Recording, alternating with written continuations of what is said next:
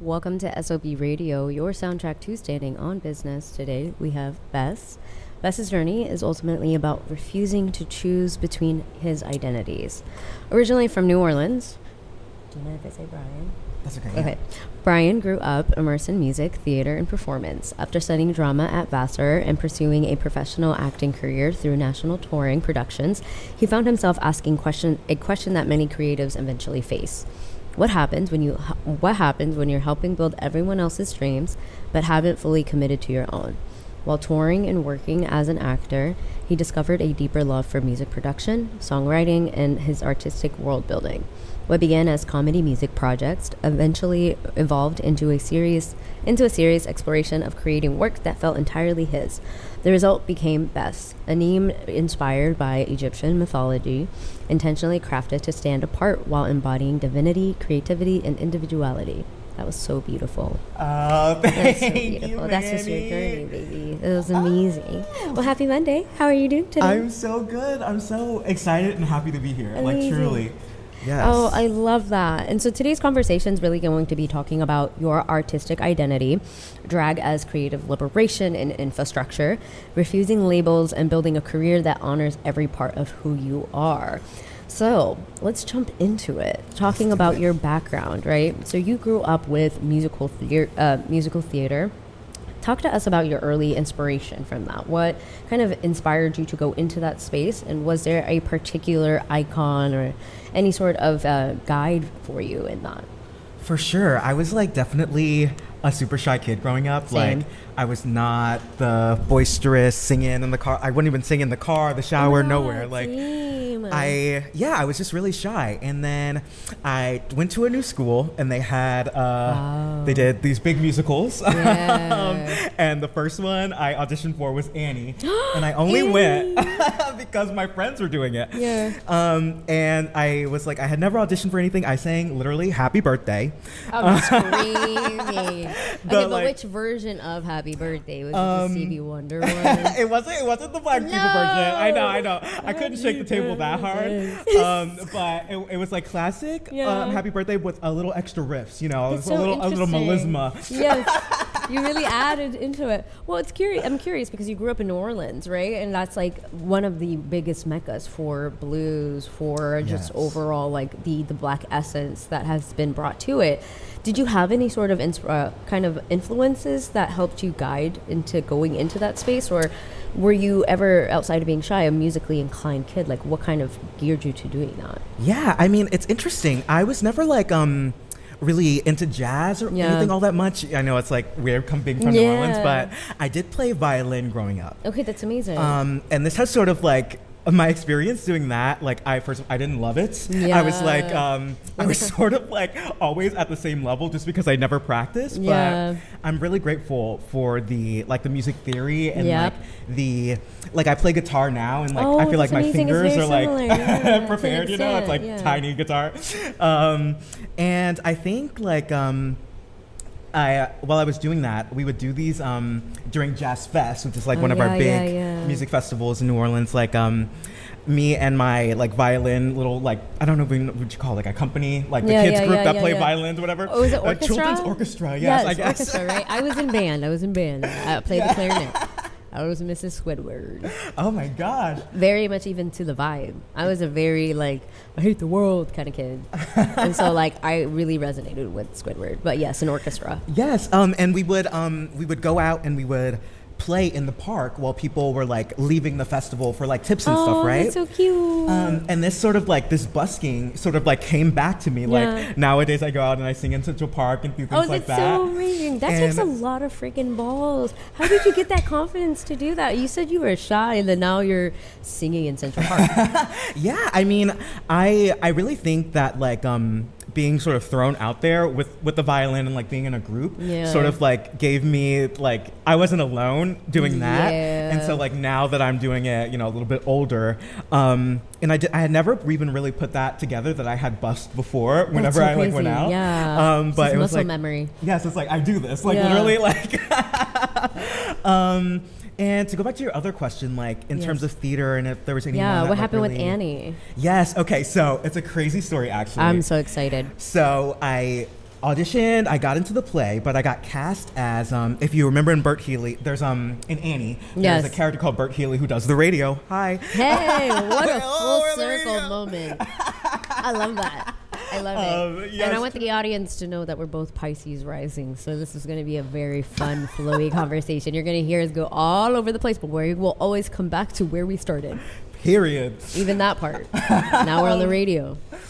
But but I got cast as like I wasn't Bert Healy initially. I was cast as like the sound effects guy in the background. Interesting. So it's like, you know, like old timey things that are like bang things around, make sounds, whatever. Yeah. So I was the backup guy. Didn't have no lines. No, and happy birthday didn't get it for you. It did not sit well with me. Okay, like I said, I was a shy kid. But when I went home that day, my mom was like, "What is wrong with you?" Like she was like, "You seem like something's wrong, right?" Yeah. And so she called the theater teacher, and my mom is not like a momager by any means, but she was like, "What did you do to my kid?" Like, shout out to your mom.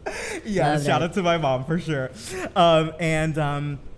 Ultimately, the kid who was playing Bert Healy, he stopped showing up to rehearsals. So don't we love that? But don't love that. I got promoted. I got some lines. And I was like, this shout is the star power. Kid. A star was born, truly. Yes, a star was born because you didn't show up. I love that. And so that was sort of the genesis, right? Yeah. And then the big thing for me in theater, and I was talking about this the other day, I just saw Billy Porter in La Concha Fall at the City Center. Yeah. And Billy is like, he's everything to me. Like in 2013, Billy was in Kinky Boots. Yeah. And he did these vlogs actually like backstage. You know, you got to see his life, like how they did his makeup, the quick changes, all this stuff. And I was just like, I was fascinated by it, but I was also like, there is someone who looks like me, talks like me, loves like me, doing what I want to do. And I was like, I remember I always dress up for award shows, even though I'm like manifesting, right? Yes. I love them.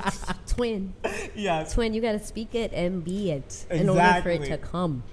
And so when Billy won, I was sitting there in my tux, quite like this.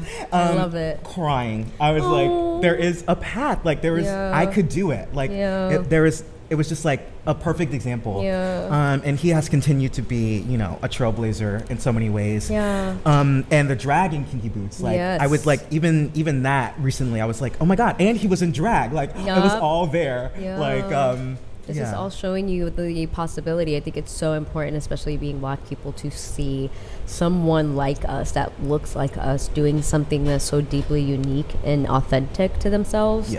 And a lot of people, I feel like, don't take that for granted, right? But at the time, like, he was a trailblazer in that. He had to really push through so many obstacles and barriers and doors closing in his face. And I find it beautiful that you kind of evoke that within your own journey, right? You don't pick a single path, neither did he. You are finding yourself in these different parts of your journey and creating your own, right? And so going from musical theory, you went to Vassar. And did you decide to go into, like, what did you study in Vassar? And did you kind of go that same route, or what did college show you about yourself? Yeah, I was definitely on the Broadway track. Love it. and I still am. Like, Broadway is still in my future for sure. But I went to school at Vassar. I studied drama. And they don't have like a proper musical theater like major there. Like, so I did drama and voice and like a little bit of film and everything in there awesome. Too. It's like liberal arts. You could do a dibble and dabble, baby. You could dibble and dabble. I love it. And yeah, I think Vassar is very, how do I say, like high-minded, hippy-dippy when it comes to theater and how they approach it. Like, it's not conservatory. They don't turn you into like musical theater robot slayers, you know? That's amazing. And they taught me how to think as an artist, and like so critical. Yes, we had to do a lot of like devising and like creating, and it has engendered in me like a spirit of like, it doesn't matter what you have, it's how you use it, what you do with it, like skills to bring about what you want to bring about, you know? 100%. It's this idea of you are the being that something is being birthed through, but you need the proper infrastructure. in order to capture the thing that you're trying to create, right? So you need to do the voice, you need to do the production, you need to embody all the different actual roles that it takes to create a song or to even do a performance, from the backstage to the costume design, so that you can have that skill set to know how you want to translate your world. Was there like a specific skill set or part of your journey that surprised you of like, I'm very grateful I did this because it really showed me something about myself? Wow. I mean, yes, I think of myself like as a funny person in life. Like I'm just like sort of casually funny. I've never done stand-up or anything like that. Maybe one day. Hey, I got a comedy show. Oh, you trying to come on? I go to Manny's comedy show, everybody. Dirty Laundry, that's the plug. Last Friday of every month. But anyways, going back to you, but no, I love stand-up. It's one of those skills that I was actually talking to someone about, where you're imagining yourself as a character in a show, and you are literally writing out. You're the screenwriter, you are the producer, you are the actor, the director, even down to it. So tell me about that journey for you. Yes, so I didn't do stand-up in college, but I did do sketch comedy. Love that. And I was like, I'm an actor, and so I was like, I can act, but I was like, can I be funny? And so I joined this group, and they were like, it was kind of like almost a little cloud chaser. I have to be honest. I was like, they were the cool group. I was like, I want to be like in the cool comedy group, right? And thankfully I got in. So I was like, and you're here with us, so are you? You know what I mean? And so I started doing that, and it was great. And I had like it was like a very like freeing thing. Like you have to be a little bit unhinged to do comedy, whereas like plays are so serious. Well, anyway, so I'm in this group, and then COVID happened, so we're in school. The world changes, all this stuff, and they let us back on campus, and but we couldn't do live performances. So I was like, how can I still exercise this in like a way that doesn't have to be in person, right? And so I got a little bee in my bonnet, and I was like, I got all my other castmates, I don't even know what they call them, group mates, whatever. And I was like, we're gonna make an album, like a Lonely Island style album, right? I love it.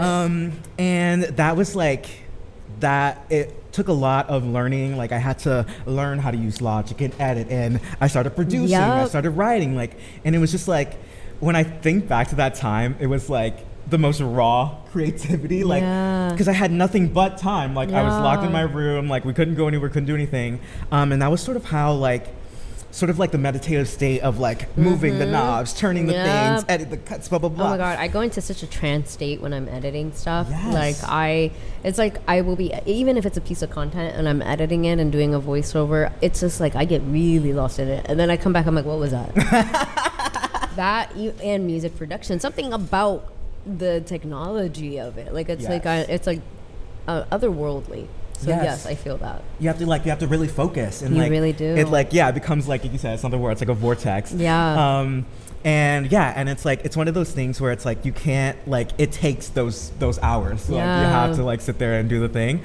And I'm so grateful for that. And that experience doing, it was a comedy album, so the songs are funny and like it's great. And it was like an exercise in being like not only the artist but an executive producer as well. Exactly. Like, I had to track them down. It's like, you're rapping tomorrow at this time. Be there. I will record you. Like I had to do all of those things.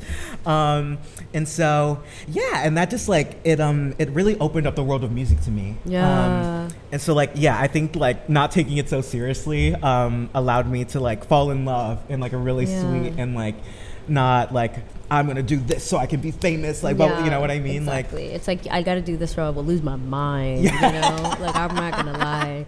Like I wish that during COVID I had, well actually let me take that back. During COVID is when I discovered DJing. What am I talking about? What am I DJ right now? But yes, I mean that's where it is, right? I feel like creativity for me is like a sanctuary, but it's also an escape that's pretty healthy, right? And I think we have all this pent up energy and understanding during that time. There was so much uncertainty in life. And I'm like, rather than sitting in my sorrow or woes, I might as well, watch. I literally would watch a DJ set and hear the music and just practice like those specific 2 songs that I would hear in a DJ set and then do it myself. Wow. And then understand how they did it, understand the little effects and stuff. And so it was I'm grateful for that time. If you tell me to go back, I would say hell no. But I love the fact that you did this comedy sketch album, because didn't you end up doing that after school? Yes, I did a little bit of sketch after school didn't as well. you tour? Yes, I toured with musicals. So the it was musicals. like Okay, yeah, got it. I was like, wait, did you kind of foreshadow that? Okay. Well, I feel like there's a lot of skill sets that you used in that creation to be able to do this musical performance. For sure, and the shows were very funny. So yes, exactly. I had to lean into all of that those funny bones that I have built up. You know. And I think, after school, it became like I started touring with the shows, and that was like a whole nother, I think of that almost like as grad school. Wow.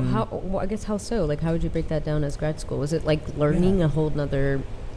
I would say it was learning how to, you hear about being on Broadway and the schedule and all of these things, but going on the road and having to do a show at 9 a.m. And like multiple shows in a day, and just the physical toll, the driving, all the thing, the lifestyle. I got to really experience the lifestyle. It was kind of like rock and roll a little bit, rock and roll clowns, I call it. Rock and roll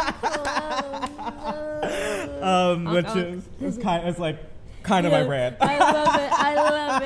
This is so interesting. Yeah, no, go ahead. Yeah, and it was just doing a show like that, it really is like a physical thing, and so I also learned how to take care of my instruments and and I think a big thing I learned from doing those shows, we did shows in fabulous theaters as well, but we were also in gym floors, cafeterias, that's so interesting. Anywhere, everywhere. Now do it. Damn. And so I learned that all you really need is a backdrop and a microphone, and then bam, it's a show. I love that. It teaches you versatility, adaptability, but also just building that consistency within your body, right? I think that so many times as artists, that is one thing where we can be consistent in our songwriting and our recording and singing and practicing for the creation of something, but there's a whole lifestyle around it. Do you have the endurance to actually perform live or to continue touring? Because that takes a toll on your body. For sure. Back then, did you have an adjustment period, or what are some things that you picked up back then that you use now in terms of helping you with your stamina? Because you do a lot. Yeah. Pisces rising.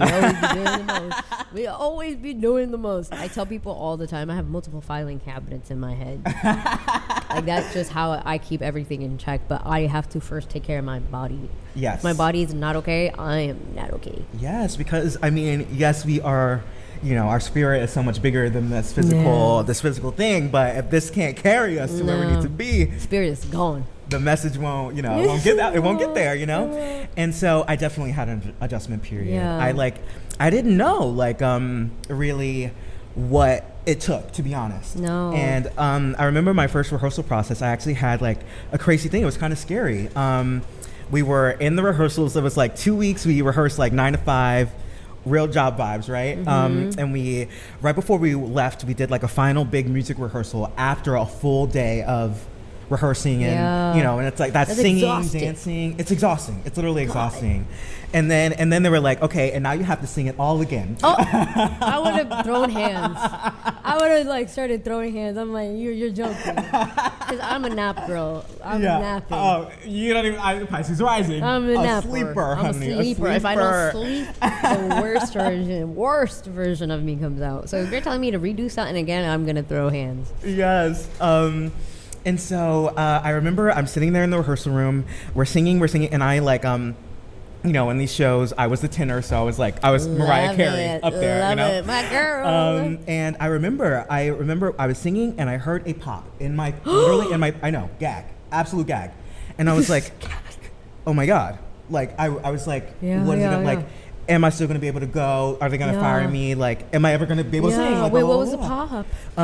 It was just overuse. Oh my god. Yeah, and and I sort of kept that to myself because I really did not want them to fire me. I'm already seeing where this is going. And so it became like, how do I do my job even with this sort of injury? You know, like how do I? You don't want to like overdo it even more. Yes. And so what I found, you guys, and listen to me, if you want to sing, you have to drink so much water. Wait, like, where's my water? Beyond. I'm like beyond, because, you know, your vocal cords are a muscle, and you know, it's like this tiny little muscle in your throat that, you know, helps you speak and sing and do all these things, and your whole body is so big comparatively, right? And so you need all the water to fill the rest of your body so that it can go to that tiny little place. So water is the biggest thing in the world. If you ever see me, I have a gallon of water. Also a Pisces rising. I'm gonna keep saying that. That's a Pisces rising thing. Like, I can't think without having a cup of water. I'm like, okay, there we go. Hydrated now. But I feel you. So what did you end up doing? Like, I mean, I had to soldier on and like do the shows. And so what, did it get better? Yes, or like, it's gotten better. It's definitely gotten better. Yeah, I was really scared for a long time, if I'm being so real. But it was just sort of like, it wasn't like, I thought it was like nodes or anything you hear about, like vocal nodes.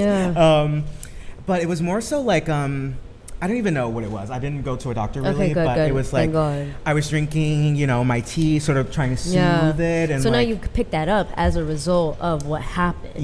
Got it. Tea. And you know, I know how to move forward now based on that experience. 1000%. And I always find that sometimes our body gets us, we have to somehow get to a point of just, boom, it gives up and we're like, I kind of knew, but then it gets cemented in us. Like, I think for me, it's food. It always is food. I think when it's me, I have the energy of so many, like 10 people. I could do so many things because I enjoy it. But at the same time, I'm the person that gets my first hunger cue at 5 p.m. And then I'm like, life is ending. It's over. Or I'm about to go off on somebody. That's when I knew I didn't eat food yet. The hanger comes out, for real. I didn't eat food yet. They know how serious it is if I don't eat. They got 3 seconds till I self-destruct. But on the flip side, that's when I know my anxiety gets bad. My anxiety gets so bad until I eat. And then I'm like, oh, okay. And I remember like a few years ago, my roommate was telling me, they were like, you need to have breakfast first thing in the morning because that's how you kind of train your mind to, it needs to replenish the glucose that was gone because you fast when you're sleeping. And it made sense because I was like, oh, like no wonder why when my anxiety gets so bad, I actually get to a point when I cannot eat anymore because my body is like used to fasting and being in this survival mode.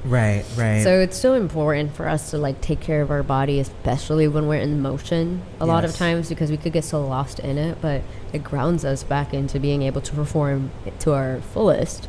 So going from touring productions, children's theater. What was that transition? And what was the thing where you're like, were you ever tired of what you were doing and you're like, this is the next thing, or was that opportunity presented to you? Oh my gosh. I mean, it was definitely like, you know, those shows I did over 300 shows of like, I did 2 tours with them. I'm over here be like, Lord, I was a consultant and I hated it. I traveled Monday through Thursday and I was like, and then COVID happened. So I was like, thank God. So the fact that you did 300 shows, how often in a week? Oh my gosh, it really varies. Like sometimes it's 2 in a day, 2 to 3 in a day. Like literally, it's crazy. I don't have the energy of 10 people. I lied. I don't have the energy of 10 people. Listen, and sometimes, you know, it's not always 100%. Let's just say that. And that's also self-preservation. You have to learn that too. That's so important. Because talk to them about that, please. Like, you know, if I'm out there, I want to give it. Like, and that's just, I don't know, that's just like naturally like where I come from. And so it became a thing where it's like, you have to sort of get in front of that instinct sometimes, not all the time, just to preserve so that you can 1000%. Get back to that place. You know what I mean? 1000%. It's also a practice of understanding what 100% feels like to you. Because 100% one day will feel like 120% the other day, or might feel like 70%. But it's like, how did you determine what your key things are, or like your non-negotiables of like, I will always show up in this manner? I think for me, when it's like doing projects and I know that maybe I took on a little bit too much work.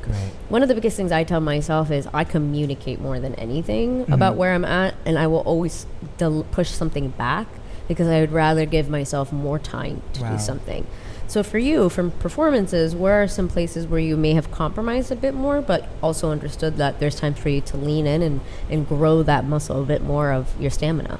Yeah, I think like with stage, it's it can like I love to act, and so it's like I have my beats. I'm like I do this, I do this, I do this, I do this, and it's like sometimes you have to take out the micro beats so that you can just hit the big ones for people. And it's like it's sort of like, because like when I'm acting on stage, like you have to be big, but I'm also like, it's like I'm not ignoring my face. Like I'm still trying to give the emotionality, the intention, all of that stuff.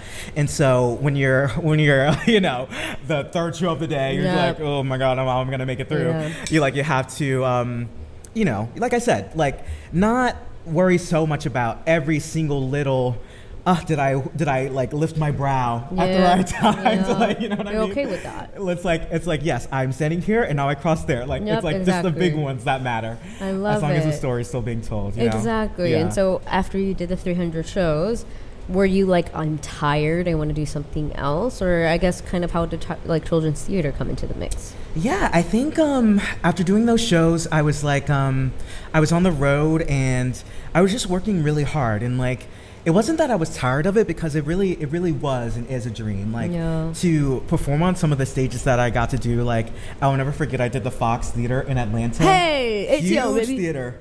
Like that Diana is an amazing Ross, theater. Like love all these that people, theater. right? We used to go there all the time for like field trips. You're from there. I'm from Atlanta. Oh my gosh! Yeah. See? It's your baby. Yeah, no, I love that. Yes. No, exactly. It's also like, I love theaters in general because I'm a very big energy person, and you can sense the energy, and that Fox Theater's energy is iconic. I've never heard laughs so loud. Yeah. Like when I tell you rolling, it was insane. Yeah, it was beautiful. insane. And so like getting experiences like that, like I'm forever grateful for that. And like but like I said, it is really hard work, and I felt like I was killing myself, if I'm being real. For someone else's thing. Like I was getting paid, right? But they were getting paid way more. Like I'm selling books, I'm selling plushies, I'm selling like doing this character. And so I was like, I gotta get my own thing. And we spend so much time driving in between the shows, like you have to get to point A to point B, and I'm not a driver. Driving, oh my, I hate road trips. I remember once my family took a road trip up to Columbus from Atlanta, 8-hour drive. Oh my gosh. I remember I refused to take the drive back to Atlanta, so I said, hey guys, I had the money at the time, I'm gonna take a flight. Oh my God. And mind you, I have a family of, there's 10 of us, so I was like, taking a flight. Yeah. And then I was in the house when they came, and they're like, did you really just do that? I was like, I exercise my free will. Like, I'd rather fly 2 hours. You're like, I'm not sitting in that car. I'm not sitting in the car it. with 10 people on an 8-hour drive, and I'm sitting like this. Oh my God. But yes, I get that. So so what did you do in the drives? So on the drives, I would have my computer, and I would be in Logic in my headphones. Yeah. And I would be shout like making and shout out Logic, mixing, mastering, like trying to just refine, because after school and the comedy group, I sort of started to take myself seriously as a writer, and I was like, what do I have to say, really? Yeah. I love that. What do I have to say? And like, how can I say it? And like on a scale that is bigger than just Brian, like if I want to talk to the world, like what is it going to take to elevate to that place, and be the sort of person like a Beyonce, or like the people, like the sort of huge artists that people look up to and project onto, and like all this stuff, right? It's a huge thing to want to aspire to be, but I was like, I felt like I needed a character to take me there. I love it. An alter ego. We all do. Yes. We all need an alter ego. For sure. And so I would I would just sit in the car and like mix, and I had these songs that I wrote sort of like in the COVID era. So my first EP, Propaganda, I wrote during that time, and that's why it's so moody and so dark. And I love it. No, but we'll get to this at this point. But again, we go through it. I feel like when I created my first set of tracks, I remember that I didn't want to go back to it, because I remember myself in the mood I was when I was creating it. Right. It wasn't from a place of, I wouldn't say happiness, but it was from a place of making sense of what was going on inside. And that's not easy, but it's also, that's why I admire artists that can do that, right? To produce that. That takes a lot. Yeah, so you did that. That's pretty dope. Even if it's moody, it's good to be able to channel your moodiness through that rather than other things. Yeah, for sure. And it was like, it took a really long time because, I'm not the producer extraordinaire. I'm not, the mixing master of all mixing masters. And so it took a lot of just trial and error and just trying it until I liked it. Like it's really that simple. And I forget where I was going with this, but that is sort of how I sort of started to find BES. In the car, trying to find my own way, trying to get my own thing. You know? And then the children's theater came up as an opportunity to stretch another muscle for you, or what did you feel like in that time you needed more of so that BES could come out? Wow, I think getting those shows was my first professional job outside of school. So it was in a way sort of a vote of confidence. You're not making it up. You can do it. And someone will let you do this thing. Which was an amazing feeling, right? And I think, like I said, I learned the endurance and the stamina that it takes to do a show. Now when I think about doing my own show, I'm I don't even do anything. Compared to doing a full musical several times a day, I'm this is almost a cakewalk in a way. And so I think that it made me strong, you know? And I'm very grateful for that. Very, very grateful. Amazing. So let's take a break because I then want to talk about drag. And I love this conversation that I had with you about drag and how it was your creative infrastructure, but way of just expressing yourself in a space and defining it as your own outside of what others deem as even the norm of drag, which is already very expressive, right? So I would love to talk about you in the drag game. Let's do it! All right, so the next track that we are going to play is going to be, let's do Peanut Butter. Classic. Let's do it. Classic. Oh, yes, honey. Due to the fact that her thighs spread just like...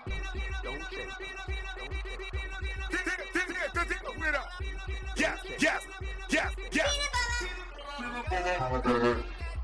Like before, high heels on a hardwood floor. They all coming back for more. Back for more. This time, I'm so fine. Gonna start 'cause the beat is mine. Come round if you're so inclined.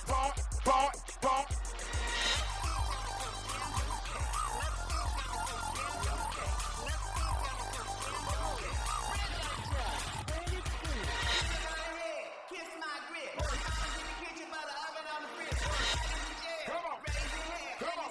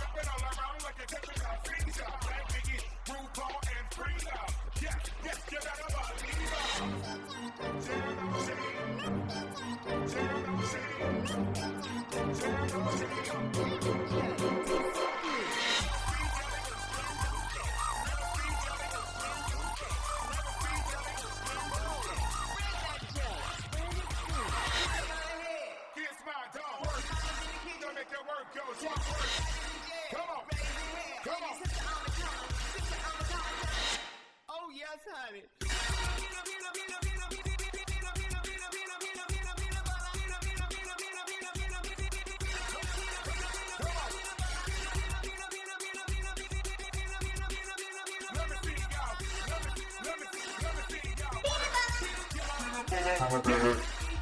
Watch me shake. Yeah, all the brothers wanna eat this cake. Let me show you how to instigate. How to instigate. Let me hear your gently choose. Pay my dues. Louis Vuitton, what you gonna do? Mama, no low blind excuse.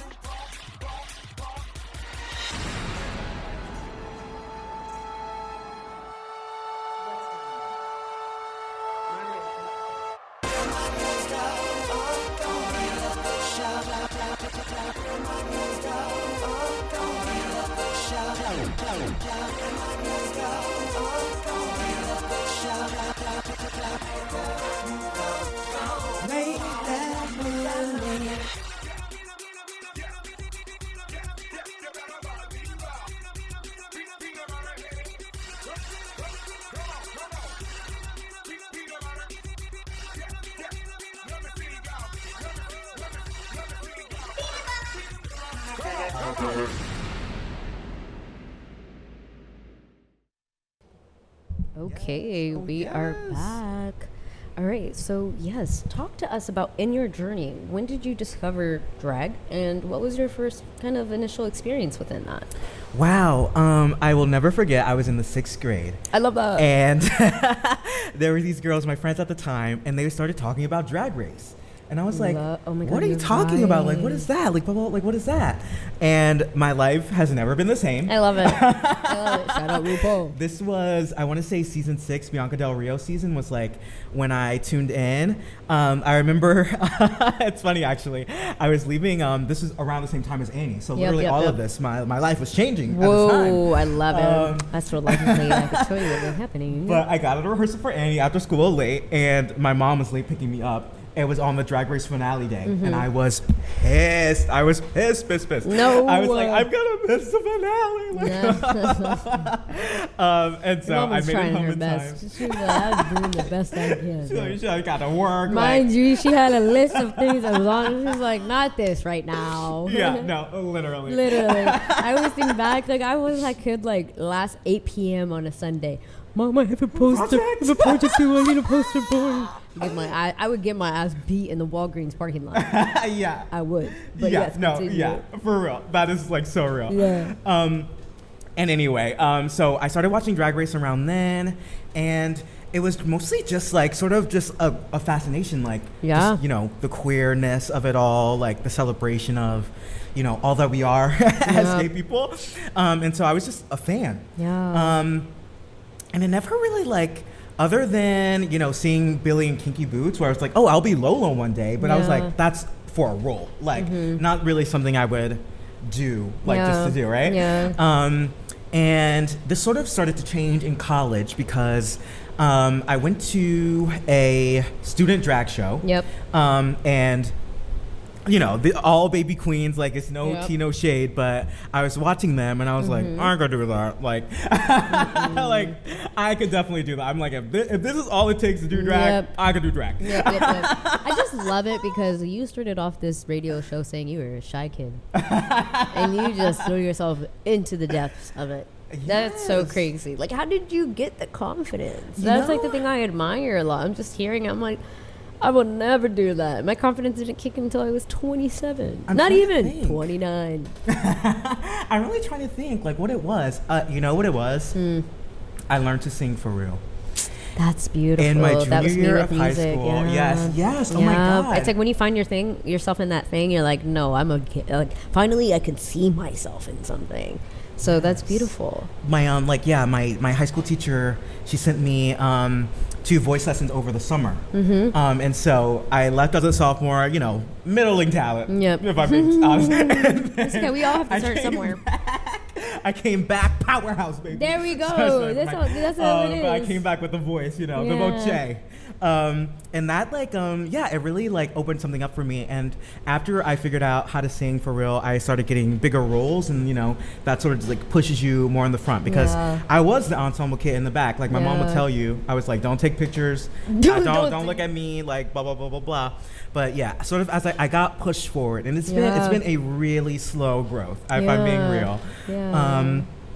But back to being shady, I was watching these girls perform, and I was like, yeah, I could do that. And so I locked myself in my room, and I bought the makeup. I remember I went to the beauty supply store around campus, and I talked to the guy, and I was picking up wigs. I picked out the wig brush. I got the makeup. I got all the stuff. And he was like, what is this for? Like, blah, blah, blah. And I was like, it's for a project. And he was like, big project, kid.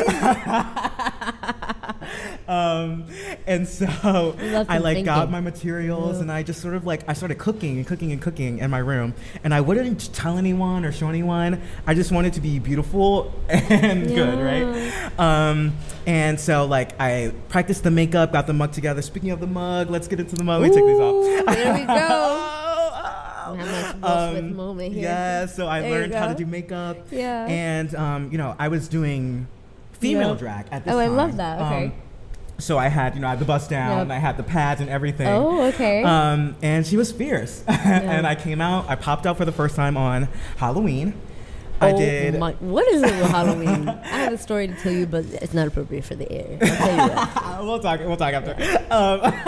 Something about that time where it becomes a portal. Yes, it really is. It really is. And like, yeah, there was like a freedom in that. And so it was like another student show. And I did Cater to You, Destiny's Child. Yes. The live version where they do like, the lap dance. Exactly. Not the lap dance. Yes, and so I pulled someone out of the audience. It was great. I'm over here like screaming. And, I was talking about applause earlier. Yes. And, like Gaga said, I live for the applause. Yes. And like, that's not really why I do this, but it's always nice. It is nice. And I also think that like, it's something I always say, like, I feel like whenever I create, I feel like a little kid showing the world, like, when you do a drawing, you're like, look at mommy and dad, look what I did. Yes. But like, there's a level of recognition, right, for the effort that you've done, but also it fuels you to keep going. So I get it. Yes, and I like, when I came out in drag for the first time, I still have the video. Like, I had never heard applause like that for just me. Like, just me. And I remember I was in therapy on campus at the time. College was hard, but I remember crying in the office, like, I cannot believe like they're clapping like that for me, like, and I was just like, it was just like, I'll never forget that moment. And so I started doing drag in college. Like, I would do like the student shows whenever they popped up, right? And then once I graduated, though, like went back to acting and doing the tours and stuff, and I sort of, I'm gonna be so real, I turned my back on drag after I graduated because I was like, I didn't, in my head at the time, and this was 2020, I guess, but still, I was like, I didn't want to be pigeonholed. I was like, if I go out there in the world in a wig and whatever, like, that's all people are ever gonna see me as. And I realize now, like, how small-minded and like, but I don't know. And just like, your spirit knew. Yeah, I was just like, I didn't want to. Yeah, I didn't want to go that way initially, and I don't regret it because I've gotten all of the experience that I got to live my actor fantasy and like I said, learn and grow and get better. But I'm so glad that I found my way back. Like, drag is like, it is me. I am drag. Like, you know what I mean? Like, I'm like, it is just pure creation. Like, it's like you turn yourself into a masterpiece, and it's like you get to be whatever you want. There's no, you get to explore your alter ego. Yes. But through the lens of different characters. Yes. And different performances. Because let's go back to Cater to You, right? You had to do all Destiny's Child. Yes. Right? Yes. I was Beyonce. You were Beyonce, you were Kelly Rowland, you were Michelle, you were everybody, right? Yes. And so there's a versatility that comes with that, and the fluidity to flow in between different people and different modes of expression. Yes. And I think so many of us find that we have this idea, or what society has taught us, is that we have to focus on one specific path and get really, really good, and also focus on one specific skill and be really, really good at it. But that pigeonholes us. Yes. Right? It's through creativity and our artistry that we're able to pick up pieces of ourselves, right? And also not lose ourselves in this idea of, I have to be this one person, when in reality you are you. And you are you, and showing up in different spaces. Allow people's perceived projections or their limiting beliefs on what they're able to do in their reality stop me from creating mine. So how did you kind of say, F you guys, I'm gonna do me? I think it's interesting, and I've been fortunate to not come up against too much adversity in my life thus far. Like, in terms of when it comes to talent, like, people are like, you can do it, you know, which is That's a beautiful. blessing. That It's is a blessing, truly. Shout out to those people. And so, but I will say, like, I have had moments where, like, I'm thinking of this one video in particular.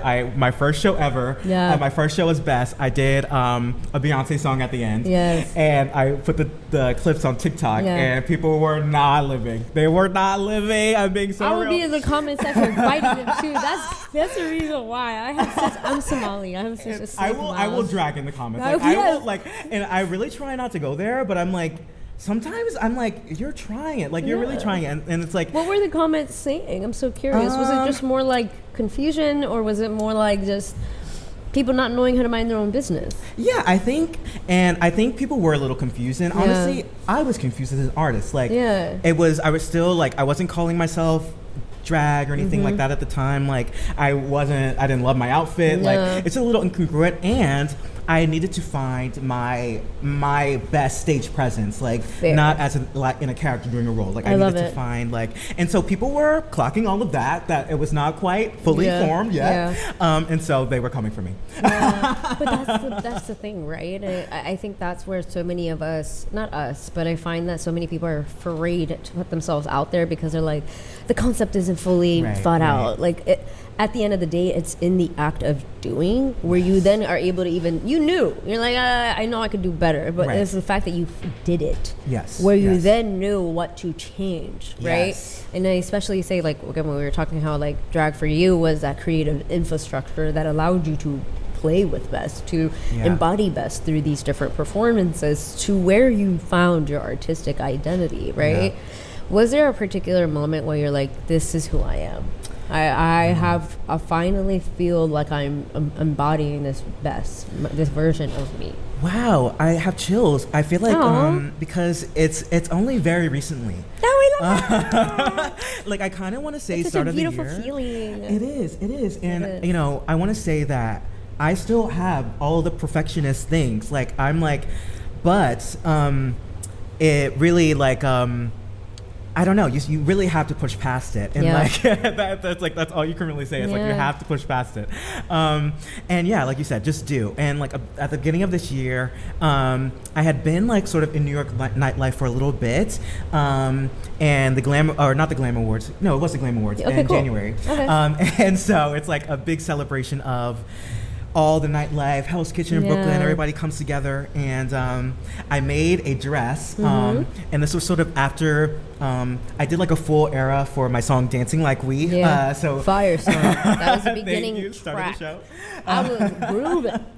Yes, and so that era was sort of centered around like this yellow plastic texture, just in like the visuals and stuff, right? Yep. It's giving Missy Elliott for me. Yes. Okay, that's very where much so. yeah, okay. Very much so. Yep. And so I wore this dress that I made out of yellow plastic Yeah, trash yep, bags, and that was sort of like, I was like, wow, like, I am an individual, and like, I am creating and expressing, and I'm also part of a community of queer people and artists who do this and like Yeah. make this their lives. Yeah. And so sort of getting to be there, and I got to vote for Yeah. people, and like, yeah, just getting to be a part of that made me feel like I'm on the right track, and like, I'm headed the right way, you know? And I will just say this because I love astrology, and today is a full moon in Capricorn. In January was the new moon in Capricorn. Oh my God. So that's why it was showing you the seedling that you were planting. Yes. Over the last 6 months, how did that feeling kind of carry over, and especially now going into Tabasco, Yeah. right? Yeah. Do you feel like more of you is shown through that, or what version of you is now coming out that you've given permission to do so? Wow. Yeah, I think like I learned a lot from Dancing Like We. Like Yeah. that was like, I feel like that was sort of where like my image clicked, and like I was like, oh, I have a look. Yeah, I loved it. And I have like it sort of taught me like how to do a full era. Like I feel like we live in like Love world of like eras. microwave. Everybody's like, if your song's not a hit the first week, like you're a flop, blah blah blah blah, and that's, you know, that's whatever. But it like taught me like, oh, you have a song, and then it was like, then you do the remixes, and then you do the live performances, and you're like, and it was like how you can take just a simple song and like turn it into all of this, you know. And with Tabasco, I think getting to sort of refine, change the color, yellow to red. Yeah, I love that. And I just love, again, I feel like we're the same rising star. The intentionality and the level of detail that you can also speak to, right? Because so many people skip this, like, oh, I have to do the grunt work of the behind the scenes of performance and theater and touring and production.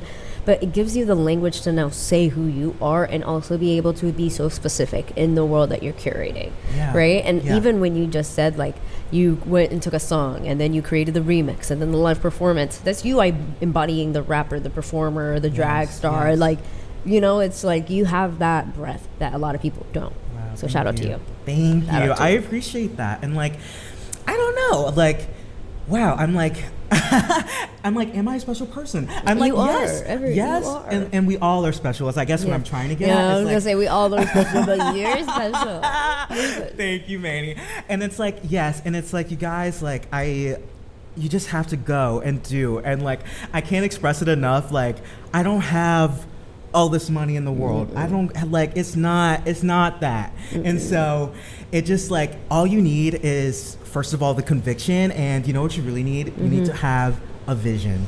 Beautiful. You need to have like not even a destination, because like I hope to fulfill all the dreams I have and blow those out of the water with even bigger ones, you know what I mean? But it's like the confidence and the knowing that I am going somewhere. And like, even if it's boring right now, if it's hard right now, like I'm gonna get to that place, you know? And it's also this idea of like truly believing in yourself by taking those steps every day. Every day. Like, the destination doesn't happen overnight. It happens with multiple steps in the right direction, in the direction that took you down a very interesting path. It's very windy, but it also requires a level of you to be so open to these experiences that you have.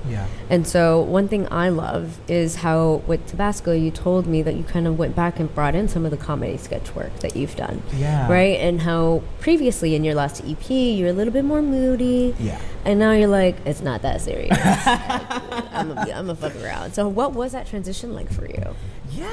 What was it where you're like, actually, I'm not going to take myself that serious anymore, right? There's a level that we still have to take our artistry serious, but in our expression and what we share to the world, there's a level of, I want them to see this side of me. Was there a particular moment where you're like, yeah, I'm going to do it? I can't think of a moment, but I will say that drag is a huge part of this. And like, sort of drag is, it can be hilarious and like camp and humor. And I think like I'm from a pretty funny family, so like humor is sort of like in me.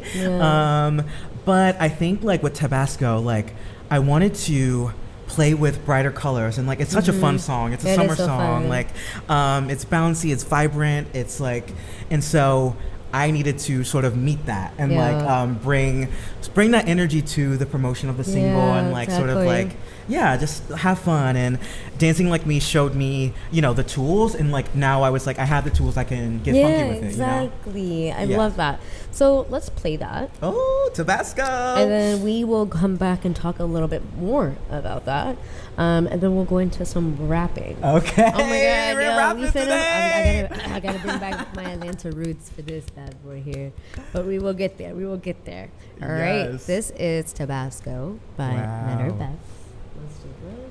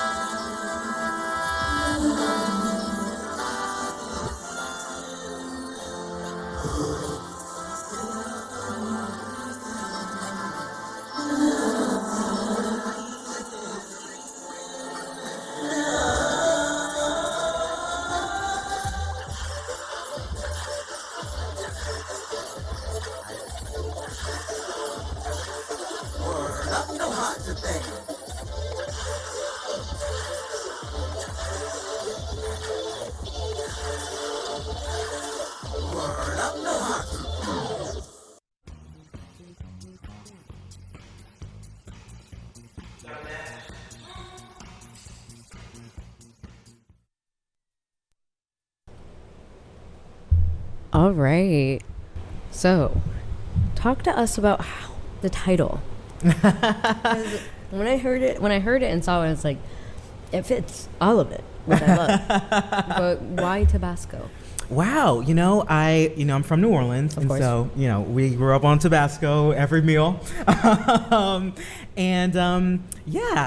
told you the story before, but I was watching Hot Ones, Yeah. and Which episode? oh my god, I wish I could remember which episode. fair, I fair, don't fair. remember.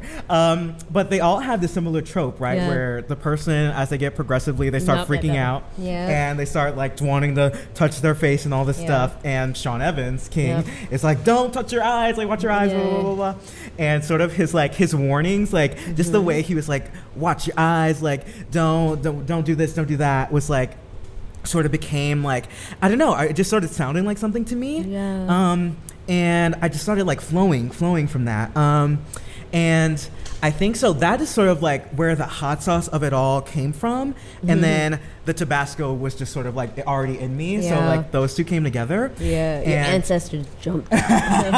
Period. They're like, we've been waiting for this moment. Yes, and actually, I learned something the other day, and I'm gonna forget the phrase, but there's like a Haitian Creole phrase that means like "what's up" or something. Yeah. It's like, and it's like, it means like, or it says they say we're burning. Yeah. To say like we're good, right? Yeah. And we the need song, to it's say like- it. Bring that slang back.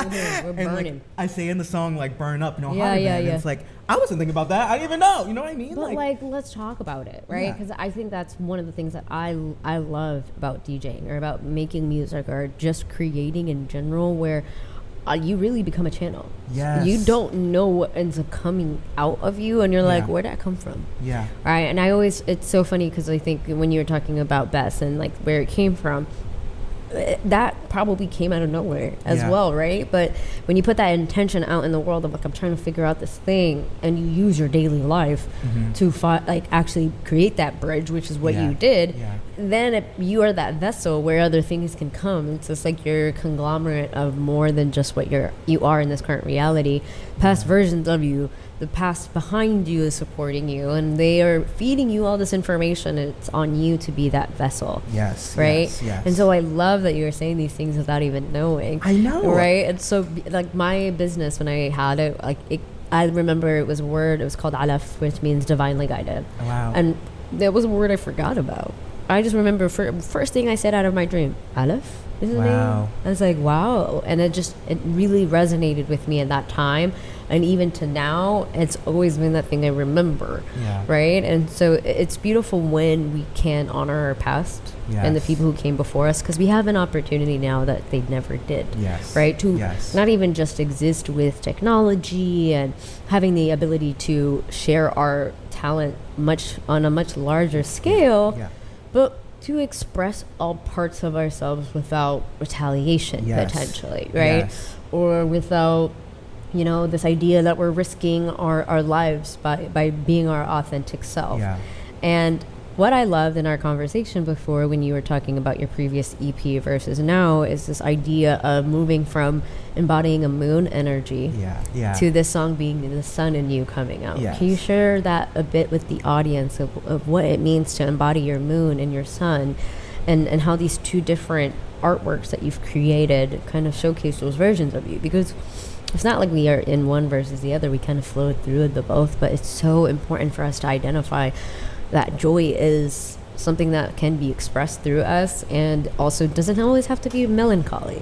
I'm a Yes. melancholy ass bitch. I didn't know how to create from a place of joy. I said I need to be depressed. I need to be heartbroken. I need to feel something. But I was like, but I feel joy, and I can express the joy, and I can take it just as serious as my moody ass self. Yes. I think it's a big thing, and I'm going to answer your question, I think, in a strange way. I love but it. I promise I'm going to get there, okay? Do it. So my first EP is called Propaganda, and you can listen to it wherever you listen to music. It's like, it's a darker piece, but it has a range. And I'd say like, it starts in sort of like a very sweet, sort of innocent place, and I sort of take you to that more deeper place. That's totally my through personality. The project. I'm gonna smile, but I'm gonna take you to hell. Let's go. Right. And sorry, yes. And the song is called Propaganda. Yeah. And like I said, I wrote that during COVID, and so I was sort of processing like, gosh, it was a dark time. Like everyone was so divisive, and like we are still very divided. But there was like a level of vitriol that was like very dark at the time. We could feel it. Yes, and I was not feeling it. And so Propaganda sort of became sort of like this moon-esque exploration of fame and the media and culture, and it's like, why, like, what is all of this for? Like, like all of this that we're seeing and we constantly have to contend with, like, what is it about really? And so that's sort of what Propaganda is, like very, very moody, emotional. And Tabasco is sort of like the sun, it's like the foil over that, where it's still like, it's I think about Tabasco as sort of like a Warholian like experience, like taking something, you know, the soup can, and like turning it into like a commercial export. Not to go there, which but you also did in your journey, right? It's like I just admire how much of you and your past you're able to bring into whatever you create. Because a lot of people go through a chapter and they're like, door closed, goodbye. And you're like, no, there's gold back there and it's still with me. Yes, and I'll be singing some of those songs today. I love them. Stay tuned. I feel you. I kind of like went back and listened to my old set of tracks, and I've been wondering, I've experienced this block where there's a part of these old songs that I created during a different time of my life, and I'm just like, it doesn't feel complete. It doesn't feel like I have finished that chapter. But at the same time, I'm feeling this calling to get back into making something else. Yes. So how did you kind of know that this was the track you wanted to make, or at least your previous other song? Yeah, I mean, I don't really know. Like I said, Tabasco sort of just happened to me. Yeah. And I was like, oh my gosh, I had this amazing thing. Yeah. I just was like, again, through watching a YouTube series. And it became like, once I had like written it and I was like, oh my gosh, like this could be a real big thing. Yeah. It became sort of, how do I honor it? How do I execute it in a way that serves the song? And also like furthers my whole project as BES. And so Tabasco, I was like, it's sort of, you know, next year I have plans for more music. You're gonna give me talk, I'm gonna tell them the secrets and stuff. But it's sort of like, yes, it opens a door to another, just another facet of me. And I think I'm excited for where this is gonna go, for sure. I love that. Yeah. Okay, well, let's take a quick little break, and then we are gonna get into rapping. Ooh, we're gonna rap. As you can tell, I'm pushing it off. I'm scared. I'm like, another break. We got this. So the next song we're gonna be playing is gonna be Dance Disco Heat by Sylvester. The king. I'm so excited to play this. All right, we will be right back.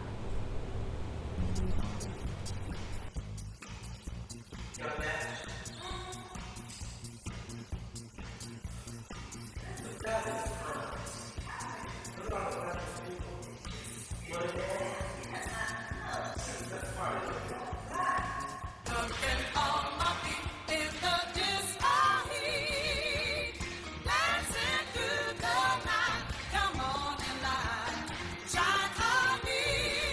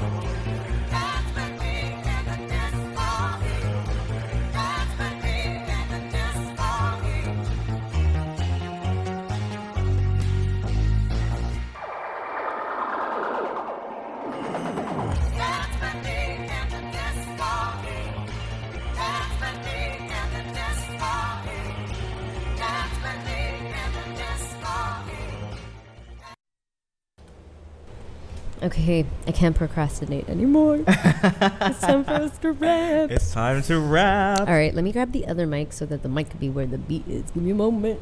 All right.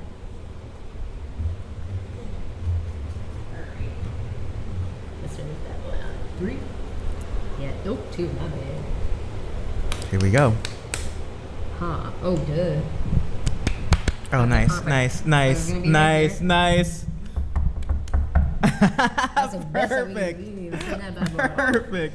Okay. So we're making a rap. Yes. Where do we start? Yes. Okay. So this is my little rap seminar, you guys. Yes. And I do happen to be a professional. So any good rap starts with an idea, and so Manny does like creative projects at the end of every episode, and Yep. she was asking me like, what would you want to do, like, and I was like, why don't we rap? And so I was like, what would we rap about? And I was like, we should just rap about like the show, like Yep. the idea of the show. Yep. And so any good rap starts, like I said, with an idea, and you can have a beat, you cannot have a beat, but as long as you have a concept, it gives you somewhere from where to go, right? And so once you have the idea, it's sort of like you have to find your flow, and Yep. how you do that is you sort of just go gibberish with it, like you just start mumbling. And so when I was thinking about this, I was like, a line came to me instantly when I was like, Hey. oh, what can we do?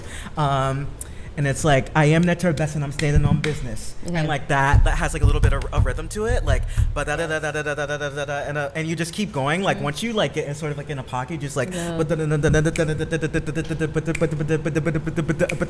like, and so you just like, You're you just flowing like, with it. yeah, you find your pocket.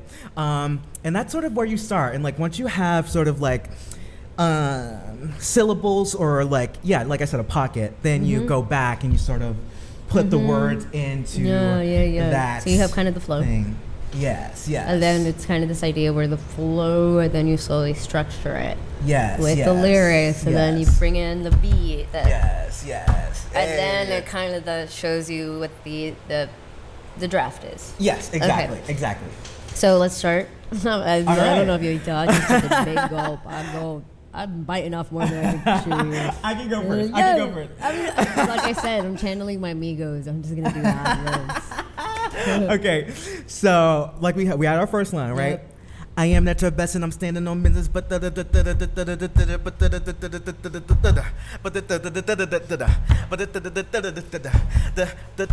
like something like that, right? Like I'm good with the you see beat how too. that's like hard, right? Like yeah. it's like like.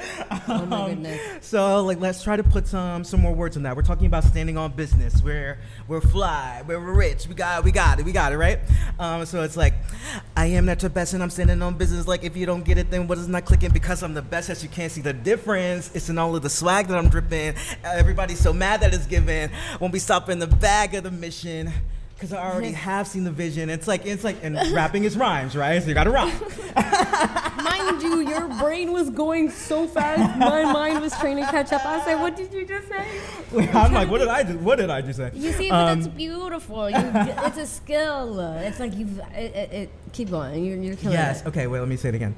I am not your best, and I'm standing on business. Like if you don't get it, then what is not clicking? Because I'm the best, as you can't see the difference. It's in all of the swag that I'm dripping.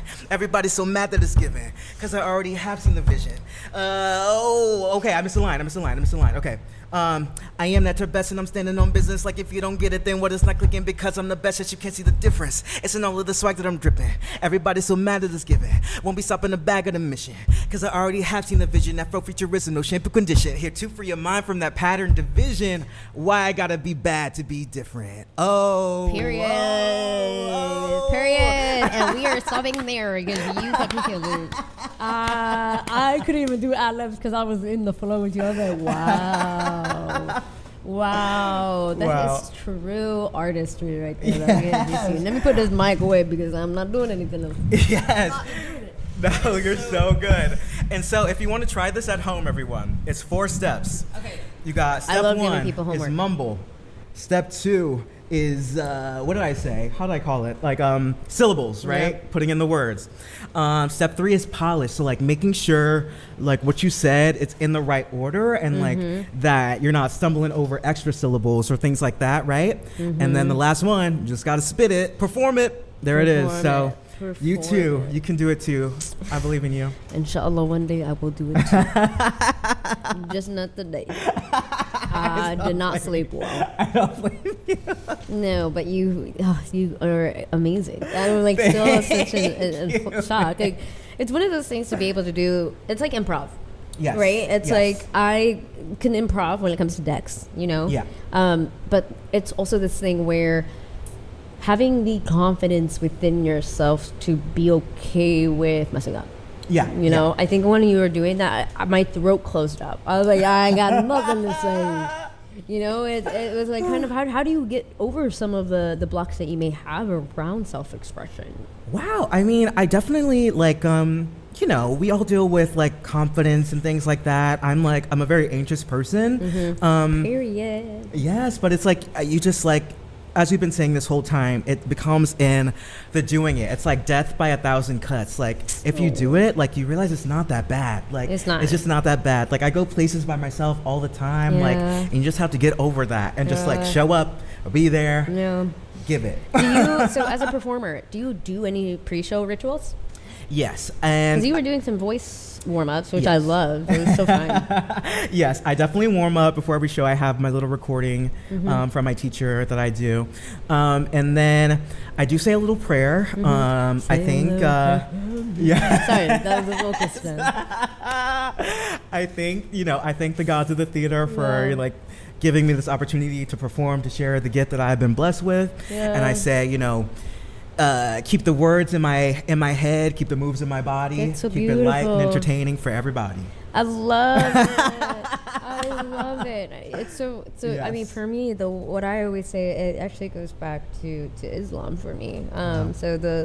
I always say, my dad would always say, like before any kind of test or performance, even today, I always say, وَمَنْ يَتَقِ اللَّهُ يَجْعَلْ لَهُ مَخْرَجًا, which just allows it to open me up to know that I'm going to be caught, you know? Yeah. There's always some safety net provided for me, even if it's not visible. Yes. And it's through me evoking, source. Yes. And I find that I love music in that way. It's my connection, it's my conversation to something that's bigger than me. For sure.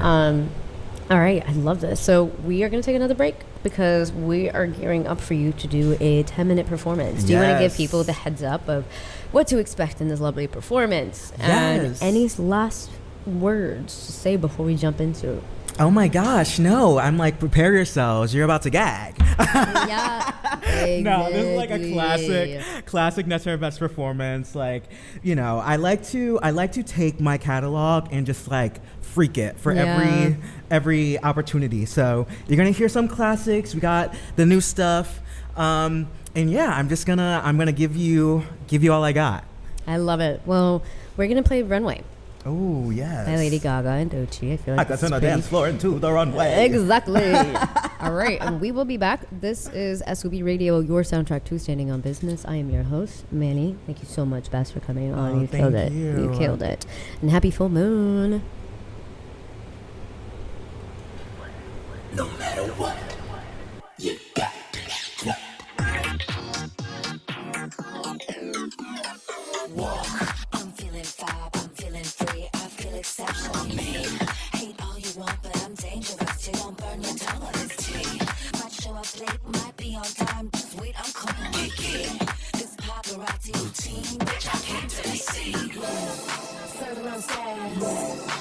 little side of ass. Yeah. At the front row screaming, okay, okay. Do a little twirl, yeah. Let 'em know I'm that girl. Monday through Sunday, I can turn a dance floor into a runway. Monday through Sunday, I can turn a dance floor into a runway. Monday through Sunday, I can turn a dance floor into a runway.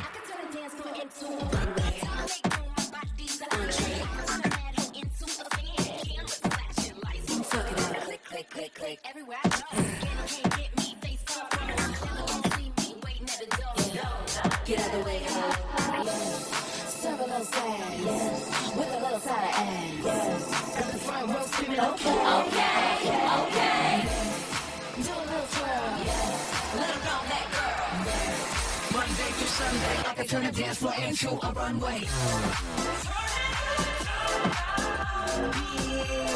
Monday through Sunday, I can turn a dance floor into a runway. Monday through Sunday, I can turn a dance floor into a runway. Monday through Sunday, I can turn a dance floor into a runway.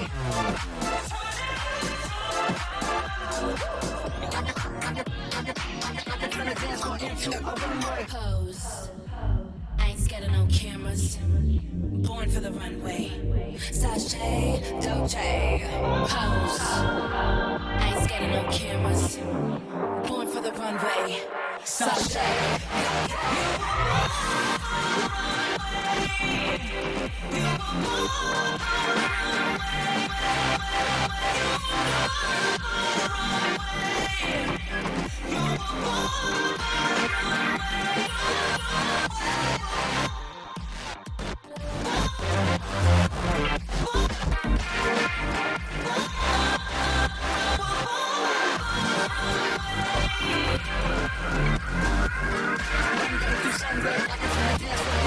Runway. Once upon a time, there was a little black girl in the Brewster Projects of Detroit, Michigan.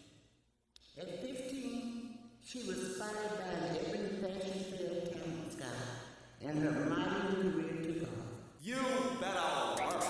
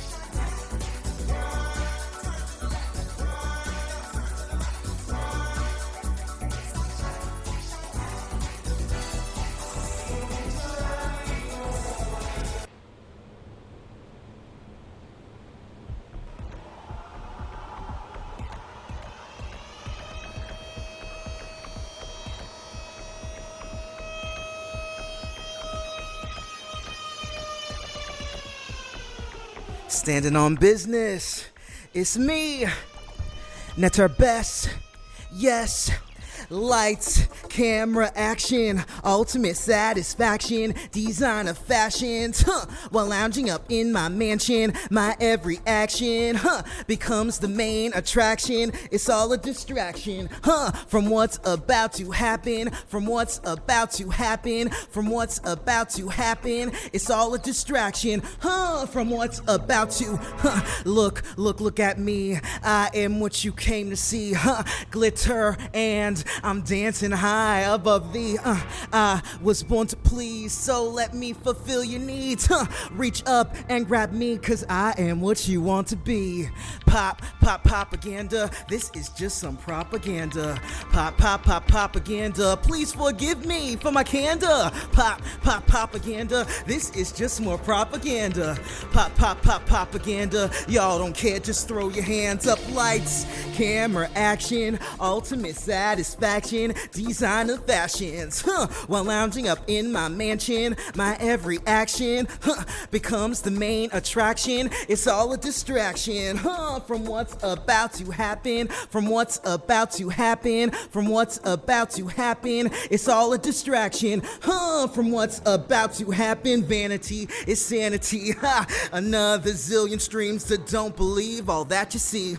Listen and then repeat. Psychedelic symbology, humanity's hypocrisy, blinded by the public eye, but it's all fine cause I'm alive. Pop, propaganda. This is just some propaganda. Pop, propaganda. Please forgive me for my candor. Pop, propaganda. This is just more propaganda. Pop, propaganda. Y'all don't care, just throw your hands up. Oh, Newtown. Hey. My name is Netter BES. Yes, I like to call myself the drag king of rap.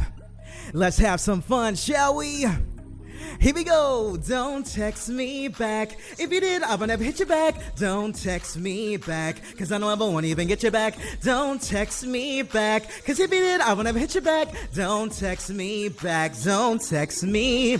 You tried to play me like that. Started a secret chat, you was running amok trying to see the crash. I was calling you up, don't agree with that. I tried to be your friend, thought we both needed it, but you got the message and tweeted it. Now I have a justified means to end. Don't text me back, cause if you did, I would never hit you back. Don't text me back, cause I don't ever want to even get you back. Don't text me back, cause if you did, I would never hit you back. If you got ops, listen, tell them like this, say, don't text me, you stress me. Finally, we're ending, you and me, not friendly, unfriend me. Don't text me, you stress me. Finally, we're ending, you and me, not friendly, unfriend me. Don't text me back, cause if you did, I would never hit you back. Don't text me back, cause I know I won't even get you back. Don't text me back, cause if you did, I would never hit you back. Don't text me back, don't text me. Now, Newtown, I'm not done with y'all just yet. I got a couple more songs for you. This next one, maybe you heard of it. It is my love letter to nightlife. It's called Dancing Like We. Here we go. And it sounds like this. Oh, once again, my name is Netter BES. I'm the drag king of rap. Breathe it in, loosen up, all the easier to pump. Bump it up in the club. Let's keep dancing like we, yeah. Let's keep dancing like we, Are you ready for it? Here we go. Drink it fast, bottoms up, all that ass. I'm in love. Here's some cash for your trub. Bubble butts anonymous. Lap of lust, hit the thrust, back it up, grind with us. If you must feel the rush, let's keep dancing like we fuck. Come on, hey. Let's keep dancing like we. Let's keep dancing like we. Let's keep dancing like we fuck. Let's keep. Whoa. Hey, do y'all mind if we speed it up real quick with the remix? Hey, here we go. Huffing and puffing, another hit or something. Don't mind us, we're just bumping. That's how we keep it jumping. Kissing and touching, our bodies rubbing up in. I'm trying to see what's up there. Might take you from the function. Let's keep. Hey, hey. Let's keep dancing like we. Let's keep dancing like we bug. Let's keep dancing like we. Yeah. Woo. It's getting a little hot in here. Wait. I hope y'all don't mind if I take you back real quick. This is my first single. It's called Squeaky Clean. You gotta really get up in it. Hey. Here we go. Just a minute while I turn that water on. Get it nice and warm, say less, undress. Cause it's been a minute since you took your arm off. That bubble is bubbling. Baby, I'm just saying. And you feel so fine, you're begging me to better than 2 and 1. Never been one and done. I'm a scorpion. Tell me when you're feeling stung. Oh, water runs down over your hair, traveling to there, babe. And yeah, then I make it disappear. Whew. Now I know it's early, y'all, but y'all mind if we get a little bit wet this morning? Hey, you gotta really get up in it. This is the Squeaky Clean, the deeper remix. Let's get it. Hey. Hey, I'm dipping more than my toe in. I take a dive, take my time, let it soak in. You come alive, start to thrive from the stroking. You feel the size, touch your side, get your moans in. I'm just joking, but on the same token, you're so fine, you a dime, but you're smoking. Those other guys fantasize, but they hopeless. They high and dry on the side like a soap dish. You wish, rubber dub with the bubbles, bitch. Hey, hey, we popping shit. They could never wash us, couldn't even rinse. Sorry, no offense, but since you're back there, could you scrub my back? Get between the crack, and once you're all done, eat it as a snack. I heard you're really good at that. Yeah. Now, I got one more song for y'all if you don't mind. It's my next single. It's called Tabasco. Get ready for it. And once again, if you like what you're hearing, you can check me out wherever you listen to music at NeterbES. That's NETERBES. But this song, before I let you go, is called Tabasco. Here we go. Tabasco, Tabasco, Tabasco, hot, hot, hot, Tabasco, Tabasco, burn up no hotter than, Tabasco, hey, Tabasco, Tabasco, hot, hot, hot, Tabasco, Tabasco, burn up no hotter than, tongue out, breathe in, sweat pour down your skin, watch your eyes, breathe it out, feel the sting all on your mouth, nowhere to run, nowhere to hide. When all the pressure intensify, it's for the better. You realize you eat the peppers and put your eyes. Tabasco, hey, Tabasco, Tabasco, hot, hot. I see you, hey, Tabasco, hey, Tabasco, burn up no hotter than, Tabasco, hey, Tabasco, Tabasco, hot, hot, hot, Tabasco, Tabasco, burn up. Oh, watch this. You run my meter up, you gon' make me eat it up. I'ma take my time, cause it's better when it's heated up. Yup, I feel your body start to shiver. Whisper to you, tell you something you'll remember. You're my favorite dinner. How could you be better? I mean, you couldn't be thicker. It's true to keep netter. I need that fire, that flicker. Think you need some. It's on the tip of my tongue. It's like, yeah. Nah,